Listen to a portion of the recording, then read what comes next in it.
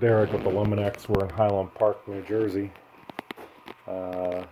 We believe there's raccoons up here, but there's a lot of evidence of anything could be up here.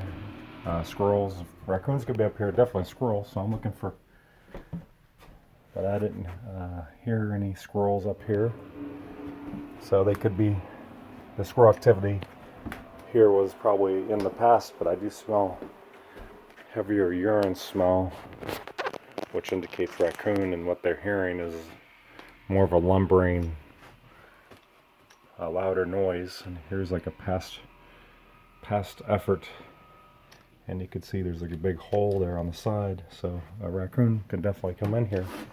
And there's floorboards where you can see it's hollow inside, so you know, they can get in through here. A raccoon can be sleeping underneath these floorboards, so you don't, from a day inspection, you can't see raccoons. I do see footprints on the insulation, the dust footprints, but we can't determine, like I said, we can't determine what is new and what's old. That's usually something you see with squirrels. Chew that up. I don't see much droppings,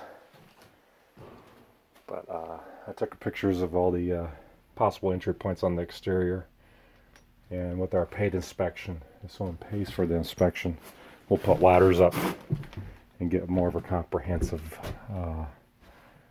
look at the house. But we're just here to verify that there's some activity and let them know what it would cost. It's a free estimate when we have time.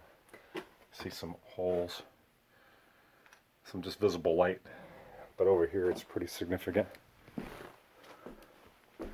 On this side, on this corner, and also underneath, the soffit has given way, meaning there's some weight on the soffit, so the animal can actually be outside on the extended part of the roof, or you can't see from that. It could be sleeping in there.